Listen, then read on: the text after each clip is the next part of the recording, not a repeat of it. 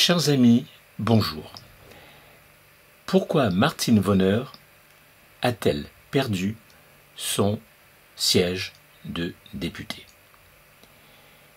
C'est choquant, c'est surprenant quelque peu, quand on n'a pas compris réellement la situation.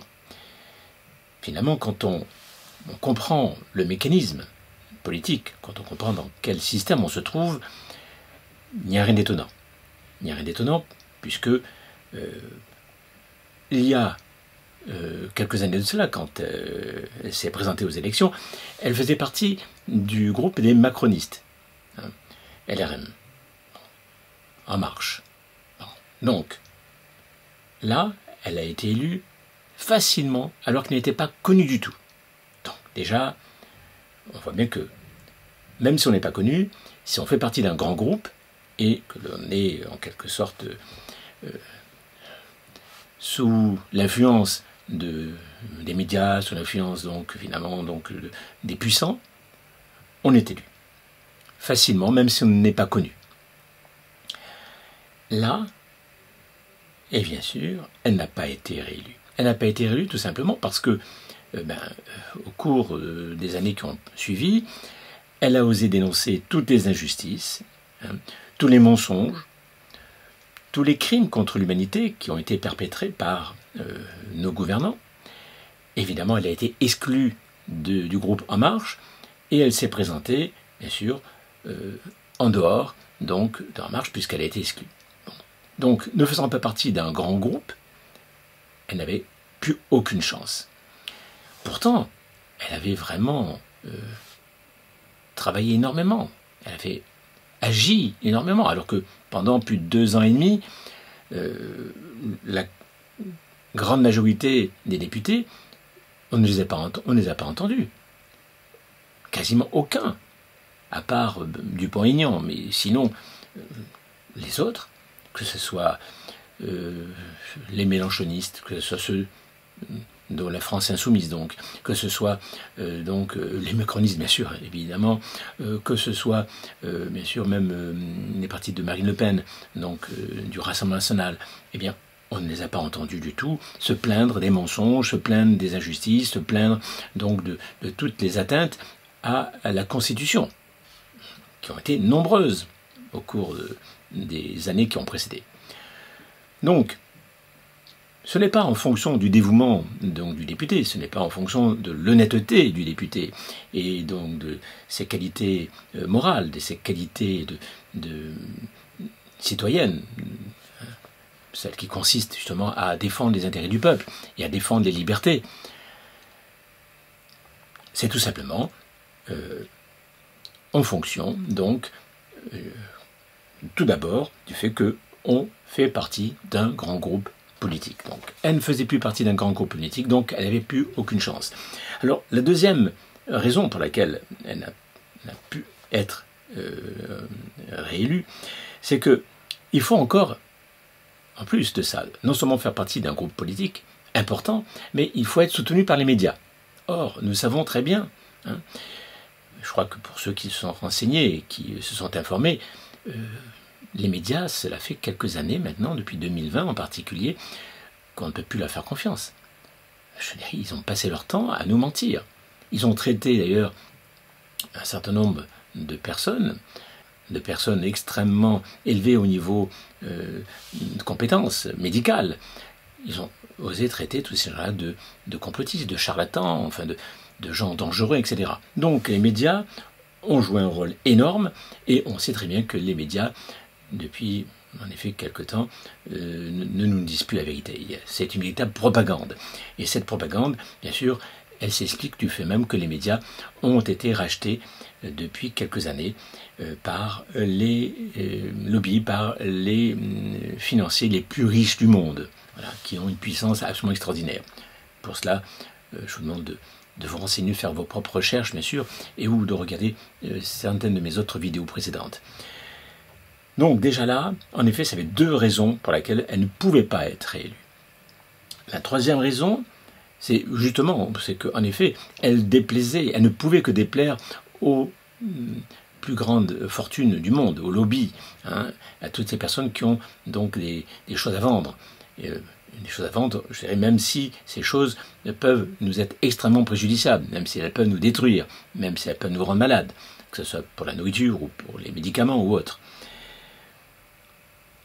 Et évidemment, on voit bien que, en plus, les résistants ont eu tendance à considérer que ça ne servait à rien de voter. Donc, Martin Wöhner ne pouvait pas compter sur les résistants. Hein. D'ailleurs, entre parenthèses, je vous signale que Florent Philippot a lui aussi, il n'a même pas, je crois, réussi à avoir ses 5%. Hein, je crois qu'il a eu 4,5, quelque chose comme ça. Bon, donc, on voit bien, d'évidence, que même si quelqu'un s'est battu, même si quelqu'un est très connu, si vraiment cette personne ne fait pas partie d'un grand groupe politique, si cette personne n'est pas soutenue par les médias, si cette personne donc déplaît finalement aux plus riches, eh bien, il n'y a aucune possibilité de pouvoir être un représentant donc d'une quelconque partie du peuple. Martin Wöhner, c'est quelqu'un qui représentait, en quelque sorte, toutes les personnes qui ont été conscientes de tout ce qui se passe d'horrible depuis maintenant 2 ans et demi. Tous ces mensonges, toutes ces crapuleries, tous ces crimes contre l'humanité qui ont été perpétrés, je dirais, et qui ne sont passés quasiment inaperçus par la grande majorité de la population, puisque la propagande des médias, la propagande des partis politiques dominants ont été telles au cours des 2 ans et demi qui ont précédé que la grande majorité du peuple français, même si elle a pu souffrir des confinements, même si elle a pu souffrir, je dirais, de toutes les sanctions pour ceux qui n'ont pas voulu avoir d'injection, hein, même si finalement ça a été compliqué, même si finalement il y a beaucoup de personnes qui ont perdu leur emploi, du fait même de toutes ces solutions absurdes, dangereuses, qui ont été prises par nos gouvernants, la grande majorité de la population donc n'a pas du tout compris et n'est absolument pas du tout au courant, puisque les gens écoutent la télévision et font confiance donc à la télévision. À part CNews qui se met depuis quelques mois à balancer donc des informations complotistes en quelque sorte, puisque CNews et un certain nombre de médias alternatifs disent enfin ce que les soi-disant complotistes disent depuis quelques années, hein, depuis en tout cas 2020. Donc maintenant, je dirais, les vérités même, finissent par apparaître, mais sans excuse de la part des médias, et les médias, donc, entérinent des choses et font comme s'il n'y avait jamais eu de problème. Voilà. Et donc, les citoyens n'ont fait que voter en fonction donc, de ce que les médias ont pu leur faire comprendre. Voilà, c'est tout. Et même les intellectuels, même ceux qui pourtant devraient réfléchir, devraient finalement s'informer, eh bien non, ça n'a pas été le cas. Donc, nous voyons bien là que malheureusement, devant ces 2 échecs flagrants, hein, celui de Martin Wöhner et celui donc de Florent Philippot, nous voyons bien que le système est tel que,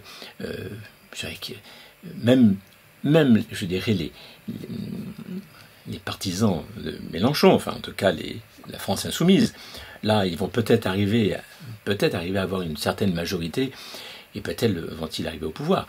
Bon, on verra bien ce qu'ils font.